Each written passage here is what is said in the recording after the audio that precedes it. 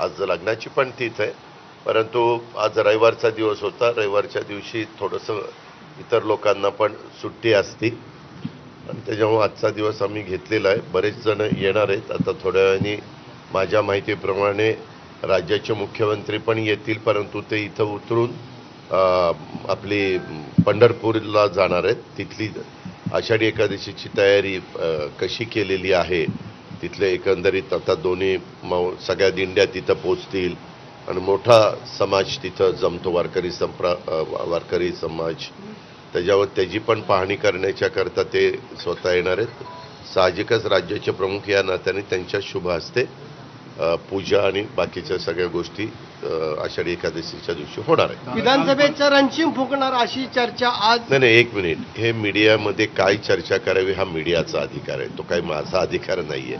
त्याच्यामुळे आम्हाला आमच्या सुरुवात करायची होती. सगळ्यांनी आम्ही एकत्र बसलो तर सगळ्यांनी सांगितलं की सुरुवात बारामतीवरून करू, म्हणून बारामतीला आजचा मेळावा घेतलेला. पंतप्रधान नरेंद्र मोदी काल आले होते, आपण बरोबर आहात. काल कार्यक्रम देखील मुंबईमध्ये झाला. तिसऱ्यांदा पंतप्रधान मोदी झाले. हो, काल पंतप्रधान तिसऱ्यांदा झाल्यानंतर पहिल्यांदाच ते महाराष्ट्राच्या दौऱ्यावर आलेले होते. महाराष्ट्राच्या दौऱ्यावर आले असताना खूप महत्वाच्या विकास कामांची त्यांनी भूमिपूजन आणि उद्घाटनं केली. जवळपास 30,000 कोटीची कामं होती.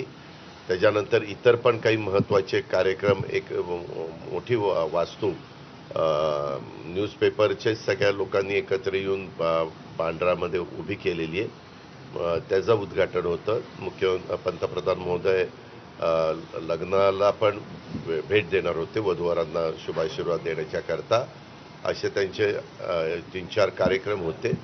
ते सगळे कार्यक्रम करून रात्री 11-11:30ला पंतप्रधान हे परत दिल्लीला गेले. कालचे कार्यक्रम चांगले झाले. पंतप्रधानांनी काल हेही सांगितलं की बाबा इन्फ्रास्ट्रक्चरच्या करता मी संपूर्ण देशामध्ये मदत करतोच आहे, महाराष्ट्राला पण मदत करीन, परंतु जशी देशाची आर्थिक राजधानी म्हणून आपल्या मुंबईची ओळख आहे, तशी जगाची आर्थिक राजधानी करण्याच्या बद्दलचा एक सूतोवाच त्यांनी सकारात्मक त्या ठिकाणी केला. आणि नेहमीच त्यांचं विजन हे आपला देश हा जागतिक पातळीवर सातत्याने वरच्या क्रमांकावर राहायला पाहिजे, इथं सगळ्या सुविधा नागरिकांना मिळाल्या पाहिजे, अशाच प्रकारच्या असतात. आम्हाला तिघांना त्यांनी हे पण विचारलं, तुम्ही काय योजना जाहीर केलेल्या आहेत अधिवेशनामध्ये, बरंच त्याच्याबद्दल ऐकायला मिळतं. तर आम्ही ह्या योजना देत असताना मला आपल्यामार्फत महाराष्ट्राला सांगायचं आहे, गरीब माणूस, गरीब व्यक्ती, गरीब महिला आणि शेतकरी आणि विकास ह्या गोष्टी डोळ्यासमोर ठेवून युवा वर्ग, ह्या सगळ्या योजना आम्ही दिलेल्या आहेत. त्याच्याबद्दल विस्तृतपणे मी आजच्या भाषणामध्ये त्या बाबतीमध्ये सांगेन. परंतु 2.5 लाखाच्या आतमध्ये उत्पन्न असणारा वर्ग सर्व जाती धर्मामध्ये, त्याच्यामध्ये सगळ्या गरीब वर्गाला सामावून घेण्याचा प्रयत्न आमच्या महायुतीच्या सरकारने केलेला आहे.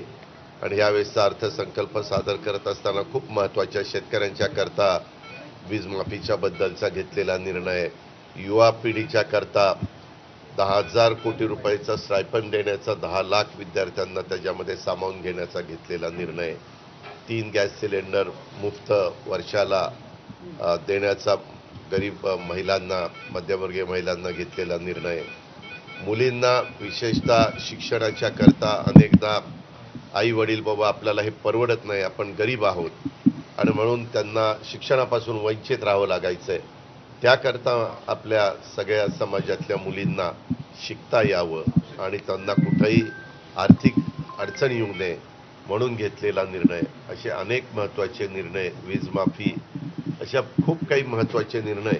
आणि 1,500 रुपये माझी लाडकी बहीण तिच्याकरता घेतलेला निर्णय, असे अनेक महत्त्वाचे निर्णय घेतलेले. पण त्याच्यात विस्तृतपणे मी दुपारच्या सभेत सांगेन. बरोबर आहे, संख्या इतकी मोठ्या प्रमाणावर वेगवेगळ्या नोंद करण्याच्या करता फॉर्म भरायचा आहे, त्यांनी मागणी करायची आहे, तो फॉर्म जो काही दिलेला आहे तो फॉर्म त्यांनी भरून दिल्यानंतर तो अपलोड करायचा, ह्या सगळ्या गोष्टी आहेत. कारण देताना ह्यामध्ये एवढे मोठे निर्णय घेताना कुठंही सगळ्या गोष्टी डीबीटीमधनं जाणार आहेत. कुणाच्या हातात डायरेक्ट बाबा कुणाच्या थ्रू पाठवायचं असं नाही. जी भगिनी असेल, जी मुलगी शिक्षण घेतीये, जो आमचा शेतकरी आहे किंवा त्यांची मुलं आहेत, ह्या सगळ्यांना वीज माफी आहे तर तिथं तर प्रश्नच नाही, कारण त्यांनी 7.5 हॉर्सपॉवरपर्यंत वीज बिल भरायचंच नाही. आणि बाकीच्या बाबतीमध्ये जे आहे म्हणजे विशेषतः ते डीबीटीमध्ये जाणार आहे. करताना साधारण ह्या सगळ्या गोष्टी पारदर्शकपणे खरोखरीच जो लाभार्थी आहे त्या लाभार्थीला, माझ्या बहिणीला मिळालं पाहिजे, आमच्या मुलीला मिळालं पाहिजे, आमच्या मातेला मिळालं पाहिजे. आणि ते 21 ते 65 वयोगटातली व्यक्ती असली पाहिजे आणि उत्पन्न मात्र 2.5 लाखाच्या आतलं असलं पाहिजे. मनोज जरांगे 20 तारखेला उपोषणाला बसणार आहेत. स्वतः म्हणाले की विधानसभाच्या निवडणुकीमध्ये तर पंतप्रधान नरेंद्र मोदींच्या दौऱ्यासंदर्भात अजित पवारांनी भाष्य केलं आणि त्यासोबतच जनमहासन्मान मेळाव्यासंदर्भातही ते बोलतायत. याकडे आपलं लक्ष असेल. बुलेटिनमध्ये एक छोटासा ब्रेक घेतोय. पाहत रहा एबीपी माझा.